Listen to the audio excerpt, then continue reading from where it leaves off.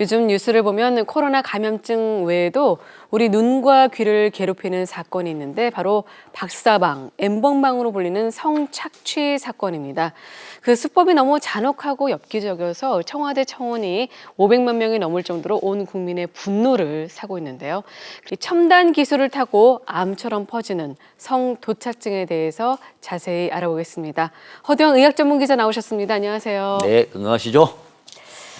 네, 사실 이제 N번방 사건 보면서 어떻게 저럴 수 있을까? 그렇죠. 네, 사람이 저럴 수 있을까라는 그런 생각이 들었는데, 자, 그러면 성도착증에 대해서 먼저 좀 제대로 알아봐야 될 것 같습니다. 성도착증 어떤 병인가요? 네, 요새 성범죄가 네. 이 첨단 기술을 타고 우리 사회에 뿌리를 내리면서 참 씁쓸한데요.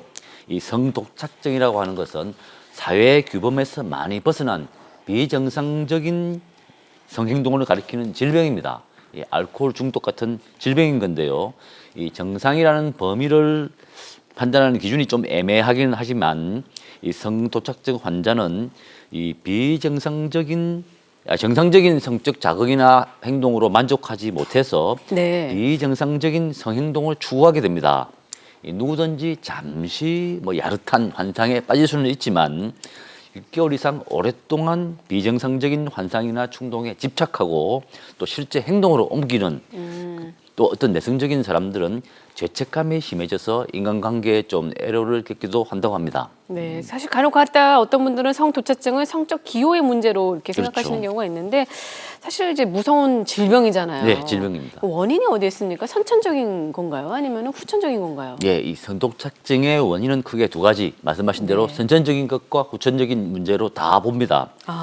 이 선천적인 요인이라고 하는 것은 우리 두뇌에서 충동을 억제하는 전두엽이 있고 네. 또 성욕을 느끼는 신경계통이 있는데 여기에 선천적으로 문제가 생긴 경우를 말하고요.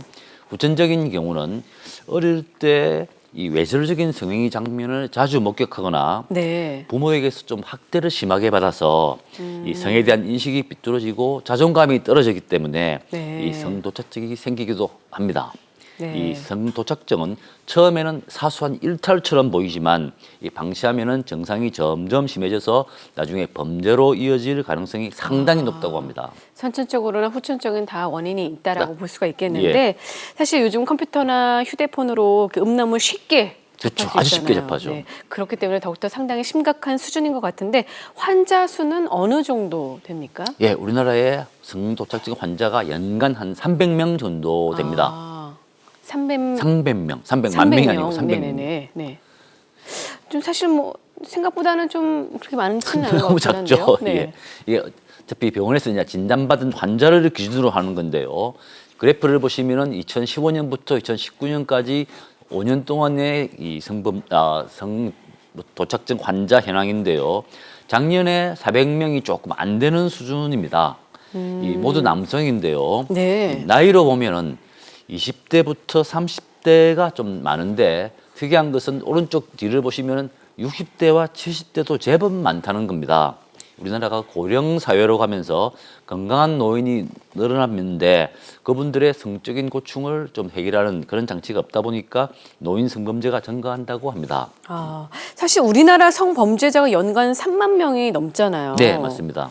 어떻습니까? 성범죄자와 환자 수. 네.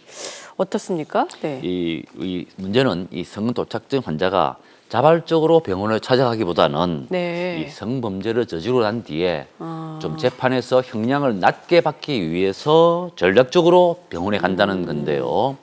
이 환자들의 유형을 보면은 주로 바바리맨이라고 잘 아시는데 그런 네. 노출증 환자가 있고 또 네. 이제 몰카로 불리는 어떤 관음증이 있는데 이 두 가지 유형이 한 절반 정도 되고요.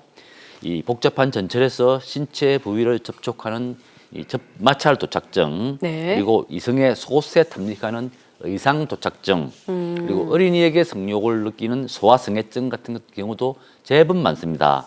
그런데 이 성도착증이라는 게 공식적인 질병 이름이 아니고요. 네. 우리나라는 성선호장애라는 이런 표현을 쓰고 있습니다. 네. 이 질병 이름에 좀 낯선 이 부정적인 느낌이 들지 않도록 하기 위해서라고 하는데 아무래도 좀 성범죄에 좀 관대한 거 아니냐라는 그런 지적도 있습니다. 네, 사실 뭐 알코올 중독이나 마약 중독 어떻게 보면 다 질병이잖아요. 네, 성도착증이 다른 사람에게 성범죄를 저지를 우려도 있지만 본인에게는 어떻습니까? 본인에게도 어떤 영향을 좀 끼치죠? 네. 저도 이번에 발견하고 조금 놀랐는데요. 이 음란물을 너무 많이 보면은 네. 뇌가 쪼그라든다고 합니다. 아, 그래요? 예.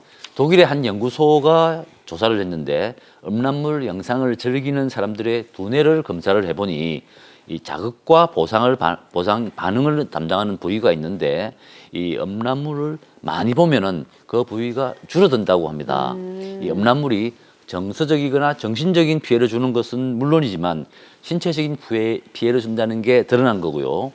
최근에 또 영국의 케임브리지 대학에서도 조사를 했는데 음란물 중독자의 두뇌를 스캔을 했더니 이 특정 부위에서 나타나는 반응이 알코올 중독자나 마약 중독자가 보이는 반응과 똑같더라.